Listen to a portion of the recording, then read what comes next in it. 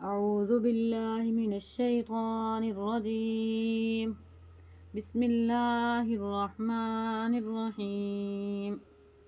آج ہم آپ کو تختی نمبر 7 کھڑی زبر کھڑی زیر اور الٹا پیش پڑھا رہے ہیں، سکھا رہے ہیں آپ کو پڑھنا۔